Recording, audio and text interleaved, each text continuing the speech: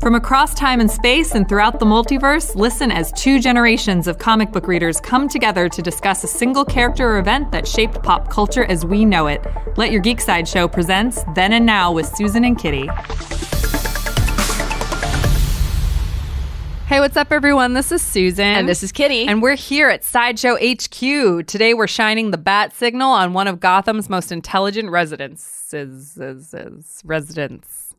From yes, I can read. I'm getting over a cold, you guys. From running with the Bat family to soaring with the birds of prey, this formidable fighter uses both. That's mean, soaring with the birds of prey. She can't. I know. Shush. I needed something that worked. Oh my God. She uses both her physical strength and superior intellect to keep track of crime, help other heroes, that's better, and deal with the dangers of her past. It's Barbara Gordon Batgirl Then and Now. I'm sorry. I was like, I need something cute. What do birds do? They fly. What's really and then Batgirl kind of does too, but anyway. In a sense. So here's what we had trouble with while preparing for this podcast. When you do the history of Barbara Gordon is Batgirl, she's Oracle, she's Batgirl, right? Mm-hmm. And then there's other Batgirls. So where do you start with Batgirl? We decided that this is going to be strictly Barbara Gordon. So this is similar in effect to like a couple Marvel ones we've done where several characters share the same mantle, but we've split them up because their histories are so rich in and of themselves. Right. So Barbara Gordon is kind of, well, she was the first Batgirl. Yes. Oh, no. Betty Kane? Betty Kane. The other Kane. Yeah. Yes. One of the Kanes. One of the Kanes. Not, wow. Or I was going to say, one of those is someone, It's a Kane. She's the most well-known Batgirl. Yeah, the most well-known Batgirl. What most people think of when they think of Batgirl, they have the long, flowing red hair out of the cowl. I'm looking at I'm thinking immediately of the cover for the first one that Gail Simone wrote. With the New 52, the Adam Hughes. It was an Adam Hughes cover, yeah. Oh, that beautiful, like... She's jumping into action, kind of. Totally. I totally know exactly what you're talking about. Are you looking up who the first Batgirl was? I am. No, it's a Kane. It's Bet Kane. Bet Kane. Okay. Kate Kane equals Batwoman. That's what I was thinking. I was wrong. Anyway. Yeah, and then she assumed the mantle of Flamebird. Yeah. Anyway. Okay. Cool. So now that we have that straightened out, we can talk about Barbara Gordon Batgirl. So, Barbara Gordon I guess none of her origin... Unlike a lot of characters on this Then and Now podcast, Barbara Gordon pretty much has one origin. Yeah. She's the daughter of the commissioner. I think where a lot of characters, their origins flip around, this one, her more not more modern, but everything past her origin. They're like, yes, origin is the same, but other things start to flip around in the further we get into her timeline. Yeah, there is obviously the parts where she becomes Oracle, which then was kind of not undone by the New 52, because in the New 52 and Birds of Prey, she was Oracle still. Right. However, and they've done a good job of bouncing back and forth between that. Yeah, and then I really do enjoy the fix with the New 52 and like how they explained it, because it was a and how when she gets stressed out, the fix in her spinal cord like kind of trips up and, it becomes a difficulty, much like anybody who has an accident like that's life-changing would have to deal with it. Barbara Gordon, I think, is one of the characters in the Bat family that's the most relatable because she's the most human. Mm-hmm. Like Bruce Wayne has exorbitant. Thank you. I knew what I money's not that absorbent. Don't get it wet. Yep. Exorbitant. Thank you. Amount of money that he can fund his like Batman project. Mm-hmm. And even Kate Kane kind of has that, like when she's being Batwoman with that double identity that she really goes back and forth on. Like that almost seems also like the rich family kind of. And then you have army brat. And then you have Robin, who's definitely been raised that because he's been adopted. And like Batgirl, there's been many Robins, but I'm talking about Dick Grayson. Okay. So the Dick Grayson version of Robin was adopted and therefore also grew up in this like crazy, and then becomes Nightwing. Mm-hmm. Aww. Barbara and Nightwing. I love them. Yeah, the Rebirth stuff kind of complicated that because when they because they've done the Batgirl of Burnside and then the DC Rebirth. And in DC Rebirth, I guess Batgirl of Burnside era, they clarified that Batgirl hadn't really been in a relationship with Nightwing. And so when they rebirthed it, sorry, that's a verb now. Every retcon and event is now a verb. She wanted to get back with Grayson, but he was in a relationship at that point for the Rebirth story. I don't remember because I remember reading some Starfire stuff where he was with her. Yeah, he's like they're also pretty. Actually, Dick Grayson's been with quite a few. Yeah, I was gonna say. So I don't know if that was the one at the time of Rebirth as well. But so here's my confession in this entire situation. I legit have not read any Batgirl past I think the first Gail Simone story arc in the New 52. Okay. So the now stuff, I have no idea what she's up to right now. Oh, okay. Interesting. Yeah, so no idea what she's up to right now. And when I mostly read Barbara Gordon was Oracle. Also written by Gail Simone. So yeah, Gail Simone, thank you. Yeah, Gail Simone and her redheads. Oh my gosh. Oh my goodness. But the thing that I love about Barbara as Oracle was that she was able to utilize skills that she couldn't necessarily use as Batgirl. And it brought out an entirely different side and a new element to her character. So then in her first story arc of the New 52, from what I remember of it, like I said, I've only read that. I'm sorry. So even if it went past this, she was able to kind of layer both, having been through the accident, been through the Oracle stuff, and now is Batgirl.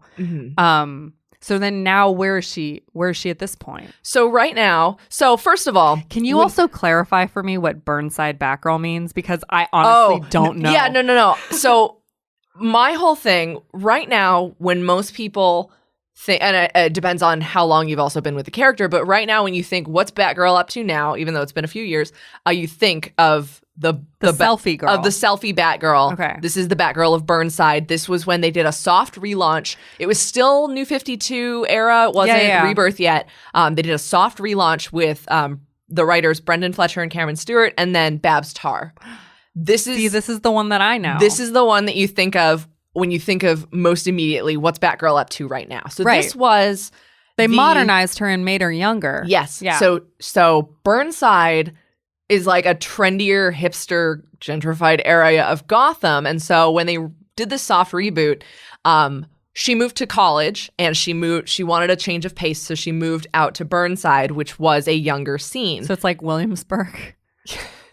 So when I mean, if you want to go there. So if I went there, you guys. I went there. You guys conjure up that image of her with the camera, and you can see there's other people in like a nightclub area or like a women's room of a club. I just really liked that her costume looked comfy. Yes. So that was one of the biggest things when they redesigned the costume. They gave her that comfortable moto jacket. Yeah. They gave her the redesigned cowl. And she's got the black outside, yellow inside cape, but she's got those like those combat boots.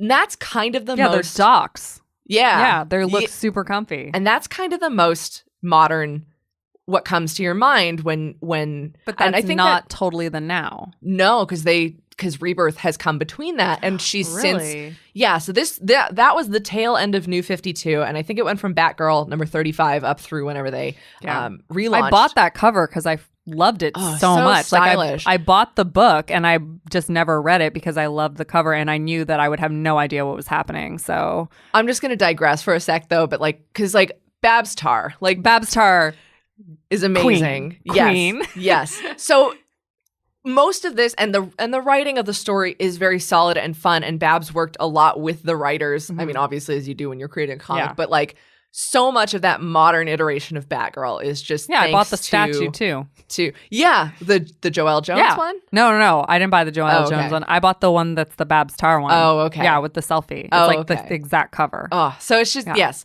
So that's I mean, I hope everybody who's listening kind of has that image in mind. But this was the kind of relaunch they wanted to do for her at this point.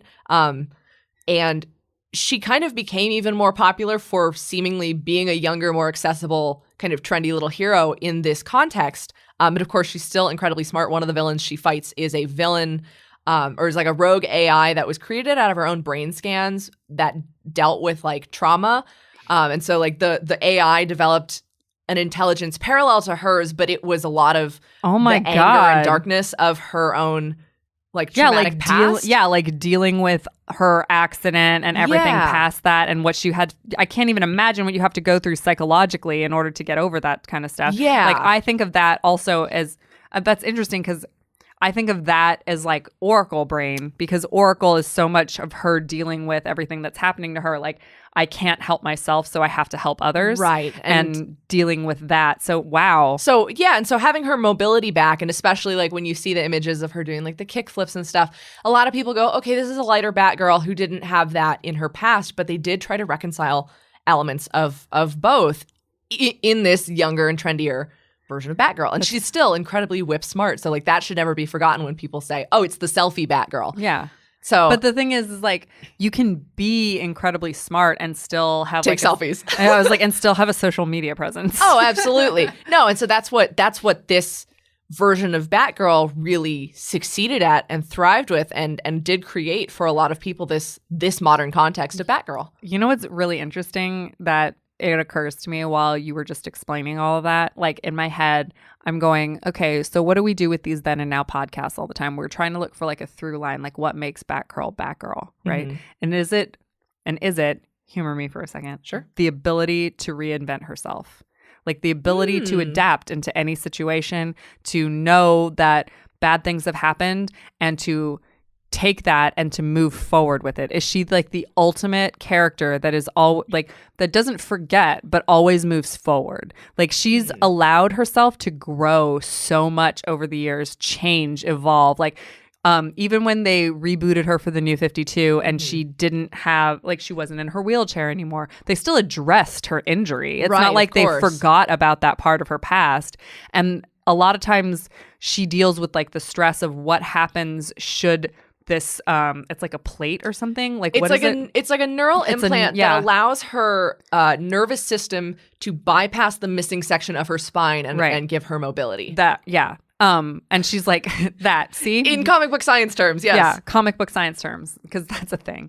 But allowing herself to accept that fear, because it would cause her to move backwards. And what Barbara Gordon is ultimately always doing is moving forward to the next phase in her life, deciding to go back to school and move to Burnside, deciding to, like, you know, join up with the Birds of Prey, because that's the next stage in her life. Like, all these things are things that Barbara Gordon does really, really well. She just, no matter the situation, she seems to put herself where she's most needed. And it's always through like an analytical mindset, because I mean, she can have all the gadgets and stuff, but the not only the wherewithal and knowledge of using those gadgets, but her expert hacking skills and just being a leverager of knowledge, especially of course it totally makes sense that Batman would need someone in the chair to keep tabs on everyone and have this database of knowledge, but then also being able to look inside of herself and seeing, because that's one of those things that incredibly cerebral and intelligent people, sometimes they can't get past.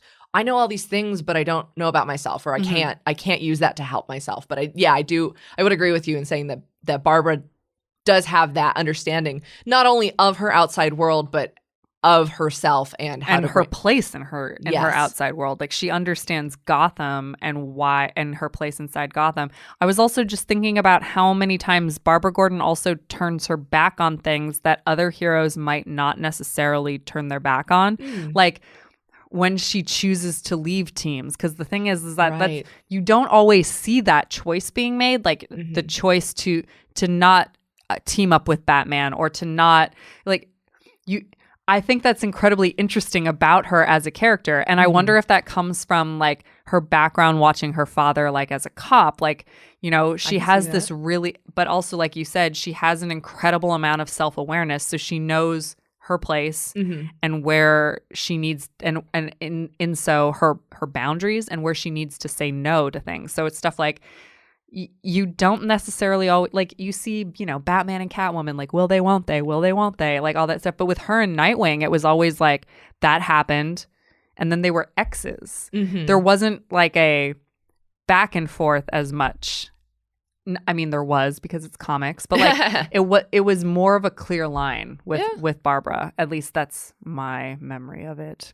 I'm sure someone in the comments is going to be like, actually, Susan, these specific issues that you didn't read. It's always different when these people, especially with Batgirl, I think when you have so many changes to the characters based on what one writer did, and then the next writer has to inherit that. Mm-hmm. And so, especially when Gail Simone did take on the character and they brought her back and then had to explain, yes, she was paraplegic for a few years, but then she had this surgery. And so that I think where we said her origin is really consistent. That's the splitting point. Mm-hmm. The accident and then becoming Oracle and Birds of Prey, that's the splitting point, I think, where things start to change, because then it's like, yes, she has the neural implant, and most people do keep that in because her representation as a disabled superhero is also incredibly meaningful to mm-hmm. a lot of people. But the way that they've addressed it, it's pretty consistent. But then when they do the soft relaunch of like Batgirl of Burnside or now Rebirth, she still has the neural implant. I think some of the Batgirl of Burnside stuff didn't completely come over. I think it was a little pre-Flashpoint mixed with a little New 52 when they brought her back for Rebirth. And they launched Rebirth with her starring in 2 different series. She had the Batgirl series where she was actually training in Asia to hone her martial arts skills now that she had her mobility back. And then on the flip side, she joined up with the Birds of Prey again because someone began using the name Oracle. And she was like, hey, wait a sec, that's not me. Like, we got to find out who's doing that. That's interesting because when the New 52 launched, she was in 2 books as well. She was in Birds of Prey, where she was still Oracle and was still in a wheelchair, and then Batgirl, where she had the implant. So it's really interesting. Barbara Gordon, is she like the most complicated character for being so simple? Like, you think that we were like, oh, it's Barbara Gordon Batgirl, and then we instantly started having problems like putting together this then and now. Yeah. Oops. Comics, you gotta love them. I know, right? And one of the, so I think it's really interesting also just because in a lot of ways, when characters do have those big life-changing moments, it's up to the writers and then the companies to decide like, or how are we going to address this? How are we going to do this going forward? And so it's added a complexity to her character of the addressing of trauma, because mm-hmm. a lot of characters, you don't want them to wallow in it, but when they get the chance to reflect and stuff, and I think especially with Batgirl and her situation, she's had. Well, her situation like directly affects her ability to be a hero, right? And so she has to reflect on it, right? They put in almost like this. Like it's a device almost like in several ways, where they have to have Batgirl constantly like think about this and move forward from it. She mm-hmm. always has to make the choice, mm-hmm. you know, like, am I going to wallow in this? No, I'm going to be a hero. So that's like another level of heroism that most superheroes that we talk about don't get to do issue to issue. Yeah. And especially because when we have those situations of her still choosing to be the hero, we do still get to see those moments of vulnerability because now she has an incredible Achilles heel right in the center of her back. Yeah. The most recent Batgirl series that, I mean, I'm pretty sure it's still the most recent, is Margaret Scott is working on The Art of the Crime. Mm-hmm. And that's a whole arc where she fights a villain named Grotesque who hits her with a stun baton that actually sends her neural implant on the fritz. And so it's something that enables her to be a hero, but it's also something that's incredibly dangerous. And so she starts having these episodes where it's affecting her whole physiology or it's giving her PTSD. And so it's very interesting to see. And they redesigned her costume for Rebirth, and it's not as cute as the Batgirl of Burnside. But there is some cool tactical updates. Like the bat symbol on her chest is actually a harness that like leads into her back, and then there's like grappling equipment in the back. But it's like, so it's really cool. I love seeing costume redesigns, but like the Batgirl of Burnside costume. I mean, like everyone has their favorite costume for their favorite hero. Yeah, but so it's interesting because this is a bad choice of words, but it's interesting when writers either use that as a crutch for her to like, here's where the drama is. Because obviously we now have this one incident that can cause a lot of drama in every story of hers. But to see the way that she works around it, she gets to reflect. And that's not the entire definition of who she is. I like it a lot because you have a lot of heroes that don't address that stuff. Like, yeah, that's true. Like Batman never talks about his broken back anymore. Like you know, come on, Batman. and stuff like, you know, Canary was kidnapped and kept in a basement, and they never really address that. Yeah. Like there's so many different traumatic things that happen to superheroes, you know, and it's kind of part of the job, but like in a terrible way, but they're still human. Yeah, and that's why we love them. It's good representation for people who are in similar situations. I mean, comic book science is vastly improved from our own reality, and so some people can see that as, okay, well, obviously they could come up with a fix for that, but still having the there goes I kind of idea of this fictional character has a similar situation to mine and has similar pains. Absolutely. And even in like the psychological realm, this character has had this happen. Mm-hmm. If this person can do it, I can do it too. Because even the knowledge that like this is a fictional character, yes, it crosses your mind as you read Batgirl, because how can it not? Like she is a comic book character, but the people who write her are real, and the people who draw her are real, and the people who read her are real. People who read her are real. Yeah, and especially I know so many people who are the smartest, just the smartest around, and they think I'm too smart to like have emotions, I'm going to say like, to feel. Yeah, you know, yeah, that idea that like I'm super smart, so I shouldn't. If I'm letting myself get affected by something that happened to me, that's just it's illogical and it's silly and stuff. But with Batgirl, you get to see she is smart. She is smart, and it doesn't mean you have to be any less smart. Yeah, to feel something that affected you so deeply. It doesn't affect you to be smart. What affects you is like things that actually affect you, and your smart and your courage and your know-how and your creativity are the things that get you past it. Your strength, your like amazing inner strength. And that's to me, that's what Batgirl is. She's like the ability to move forward, constantly choosing to move forward. Mm-hmm. There you go. Plus she has information on like everybody in Gotham. Yeah, so that's like that's always useful. She can also take down like pretty much anybody in the entire like Bat family. So yeah. And I mean, I made a note here. It's absolutely no coincidence that Gail Simone said she is the most intelligent of the Bat family. And, and Business Week, I couldn't find the particular citation, but a lot of other internet sources, so I hope the internet didn't lie to me. She was ranked once in the top 10 most intelligent fictional heroes in comics. Of course she is. And she was the only female character in the top 10. Which that's a different problem. I was going to say, but also, like Batgirl, were they really not researching that much? Because, like, I put Sue Storm up there. I was going to say, I'm pretty sure Reed Richards wrote that list, or Tony Stark. Yeah, no, but like Shuri. So again, it's absolutely it has to be out of date. But no, but seriously, I always think of Batgirl. Batgirl is the number one intelligent mind in the Bat family specifically, but probably in all of Gotham. Like. Yep. I mean, maybe Mr. Freeze.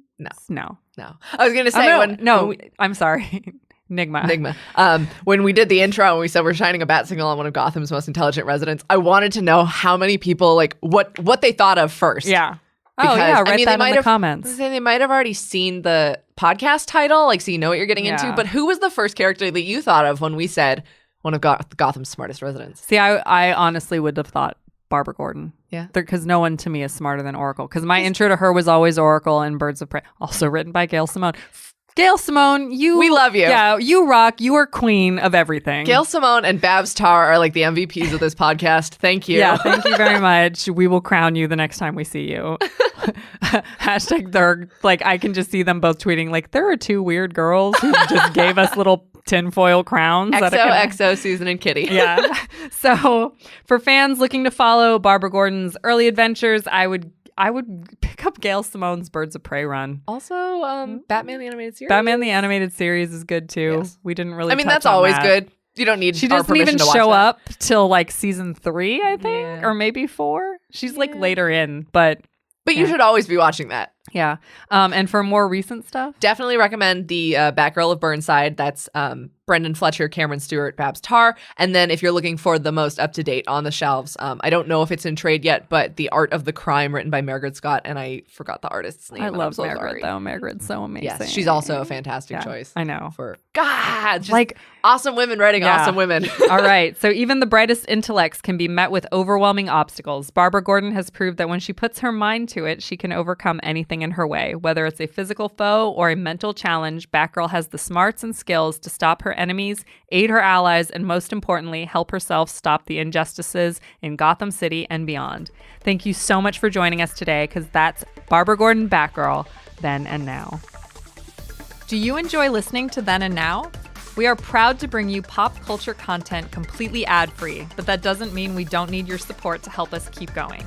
Please take a moment to leave us a 5-star review on iTunes, Spotify, or your favorite podcasting platform and help spread the word about our podcast. We welcome fan feedback. Email us at podcast@sideshow.com with your thoughts and suggestions for how we can make our shows even better. Please tune in for our other pop culture podcasts. See if your fan favorites make the cut in the Geek Culture Countdown, a bi-weekly podcast featuring pop culture top 10 lists. Hear exclusive interviews with celebrities and pop culture industry leaders as they let their geek side show in Look Who Showed Up. Then get all the latest pop culture news with our daily briefing, a 2-minute breakdown of the biggest geek headlines perfect for your Alexa or Google News briefings. We wouldn't exist without your continued support. Thank you for listening, and don't forget to let your geek side show.